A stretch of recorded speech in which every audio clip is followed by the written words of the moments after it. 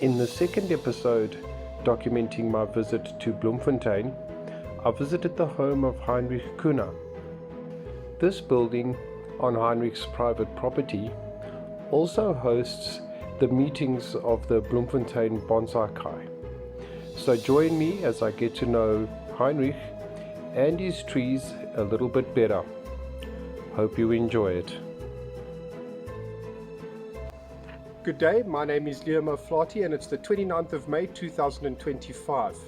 I'm here in Bloemfontein at the garden of Heinrich Kohne in front of the most awesome topiary oat. Heinrich, thank you very much for having me here. Pleasure and welcome. Thank you very much.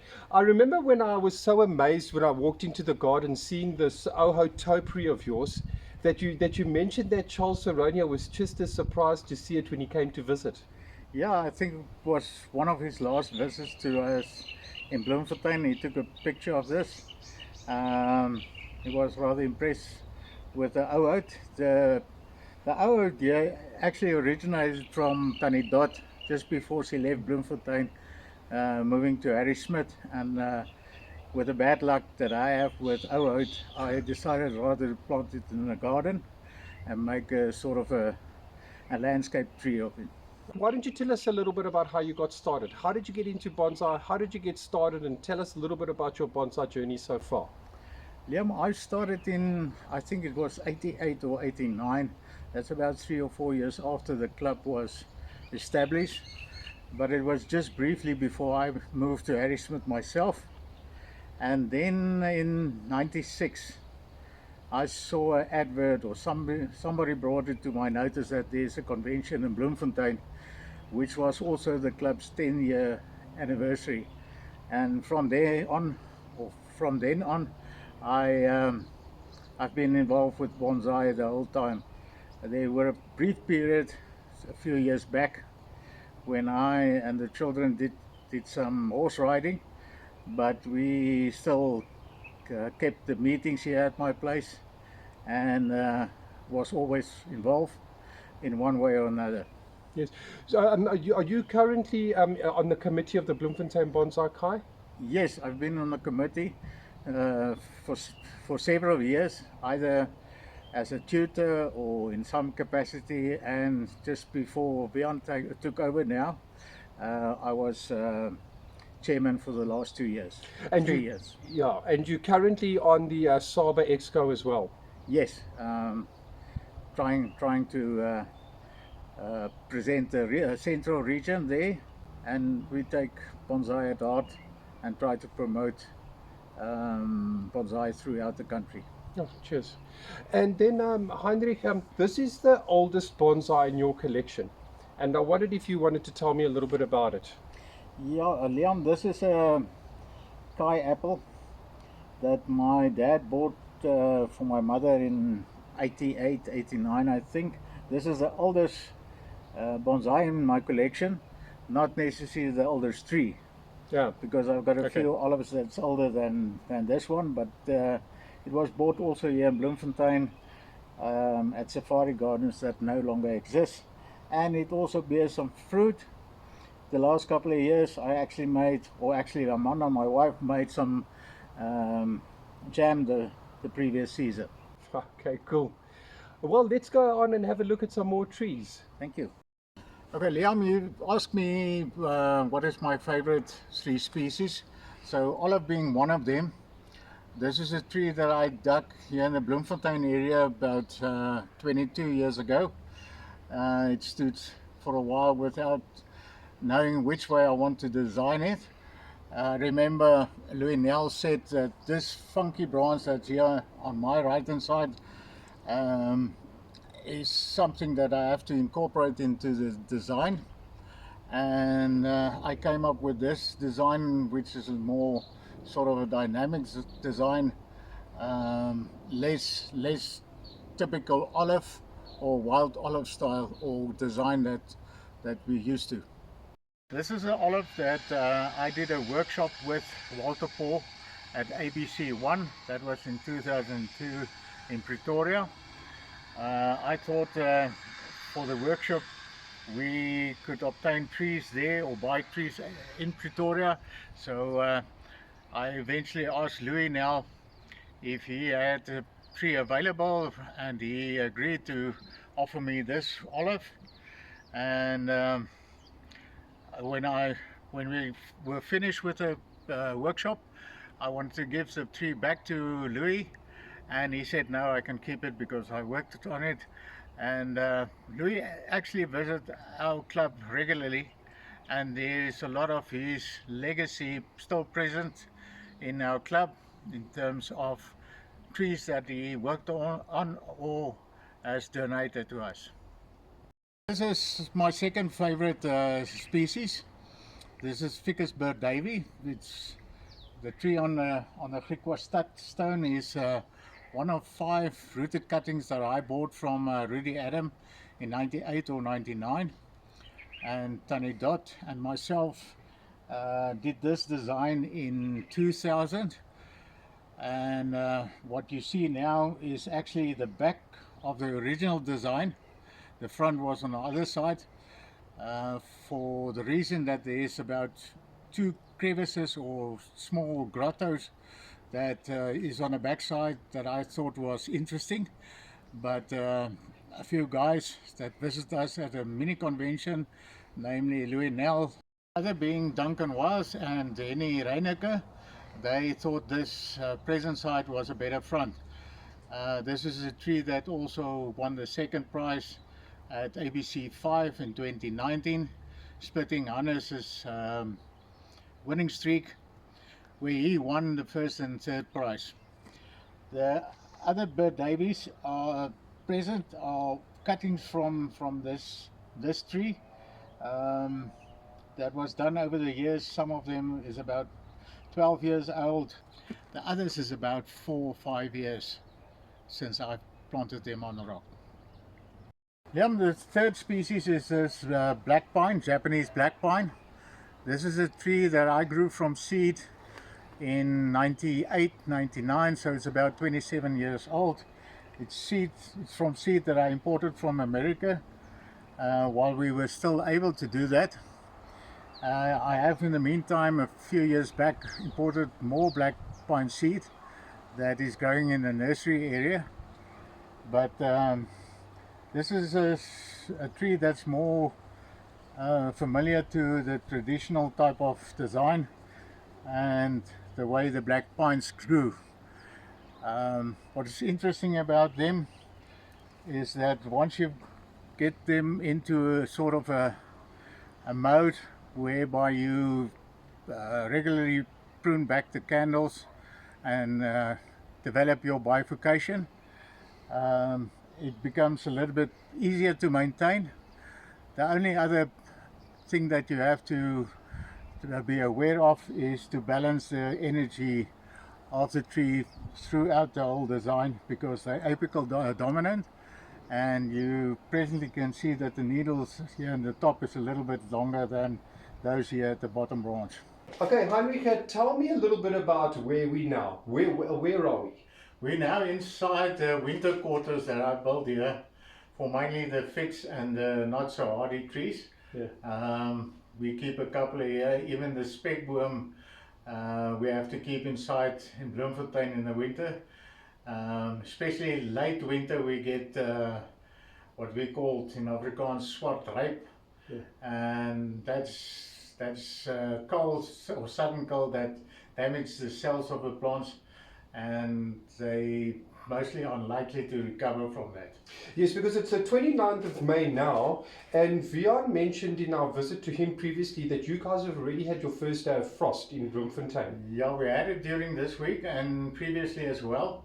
About 2 weeks ago we had the sudden cold, but that wasn't so severe. But with the late rains that we received this late in the year, I can imagine that we will have a cold winter, so we need to make extra precautions and take notice of changing in the weather patterns as we expect over this weekend. Yes, because Vian actually mentioned that Bloemfontein can actually receive up to -10. Yeah, there is definitely. And you and I looked at the forecast for tomorrow, and it's -1 tomorrow. Yeah. Hi, Heinrich, you and I actually met at ABC6, although we had corresponded before that. And after ABC6, you've been very helpful to me to give me information on the Ficus cordata. And besides for that, that information, you and I have been corresponding and exchanging ideas about bonsai, but it was particularly about the Ficus cordata that you were in a position to give me a lot of good information. And I wondered if you wanted to tell me about the two Ficus cordatas that you have here.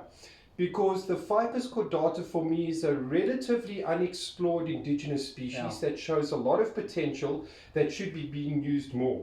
But you grew your two from seed how many years ago? That was also about 25 years ago, just before I moved back from Harrismith to Bloemfontein, or just after I came back to Bloemfontein in 2000, or end of 1999. So yeah, they're about 25 years old, I would say. They're very slow growing. Leaves are similar to your Nerifolia or Salicifolia, the exotic one that we also see sometimes in bonsai books. I think that you've actually got one here. Yeah, I've got two here, which is also sort of a legacy of Tannie Dot. She managed to bring in a cutting or two, as she had done with others as well. That was her nature. Well, well done on growing this slow species all the way from seed. What an inspiration, and thank you for giving me information, Heinrich. Yeah, I think there's a lot of our indigenous species that has been underutilized. There's a few here in my garden that I'm experimenting with. Yeah, this is the area where I keep most of my figs. What I've done here, I've put them on what I call humidity trays. So this is cement sort of containers or slates that I fill up with gravel, and then it contains water after I've been watering or after a rain, just to give the figs that extra bit of more humidity. Then on this side I've got a English elm that's actually a raft.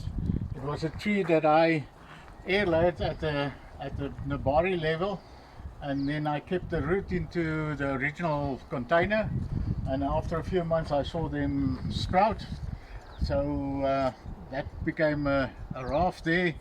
This is a milkwood that I bought from a nursery there in George, actually where Cutrefeed are holding their autumn festival. It's at the same nursery where I obtained that milkwood. The Nuxia floribunda was at ABC 6. Then I've got a erythrina here that does flower just at the end of winter, and I've got a few exotic species here at the back. This is where I keep most of my display trees. I still hand water all my trees, even those in the nursery. It helps you to observe your trees and see whether there's any pests or diseases or any damage. I rarely suffer from any pests or diseases here, because what I do in the winter months, except for the azaleas and figs, I spray them with a solution of lime sulfur, and then hopefully that contains any pests or diseases. I usually say to members when we have our club meetings here, if they've got any trees that has diseases, they should keep it rather in the boot of the car, in the car. Yeah, this is a Grevia occidentalis, one of our indigenous species. I know it is a cray species. I suppose in English it's a crossberry. I think it's one of the other underutilized species in our country. I see it's been used quite a lot in America, so they're fortunate in that sense that they have this species with a very fine leaf, and they do reduce, and obviously the pink flowers. That's beneficial to cultivate this tree as bonsai. Then on my left hand side, this is a Scottish elm that I also obtained from Tannie Dot. And then another legacy tree is the croton. Another underutilized species that I think, it's a tree that I obtained from Louis Nell on one of his visits. Then we've got here Witsering that's just gone now into its autumn colors. Another indigenous species that we should investigate more in terms of its usage and ability to provide nice bonsai trees. Yeah, this is one of the trees that one of our founding members, Denise Krieger, who has now settled in Hermanus, where she retired, has left here. This is a Bushman candle, and then on my left hand side, this is a speckworm that she dug from the family farm near Craddock. Heinrich, do you want to tell us a little bit about where we are now? Liam, we're now what I call the nursery area. This is the area where I do most of my development work. I keep here in growing beds or in plastic containers and allow the roots to grow into the cultivation beds here at the back. I just wanted to thank you very much, Heinrich, not only for the many lengthy emails of correspondence that you send me as we're trying to find our way through that Ficus cordata, and I really appreciate it, but also for how warmly I've been welcomed here. You know, I've really enjoyed my stay here, and I've learned a lot, and I've felt very welcomed, and I found the hospitality to be great. I look forward to corresponding with you in future, not only about the cordata, but maybe about some of the other interesting species that Yes. you're cultivating here, and some of the ones you and I haven't even been able to identify yet. Because there's also that very interesting Diosporus in your garden. That also remains a little bit of a mystery for now. Thanks so much for having me here. Thank you, Liam. Appreciate it, and you're always welcome, and hope to see you soon. You'll see me soon. Thank you. They say the definition of a gentleman is somebody who knows how to play bagpipes but doesn't. However, Heinrich requested a tune. So we played in the sunset and serenaded his family and the trees with this quick one.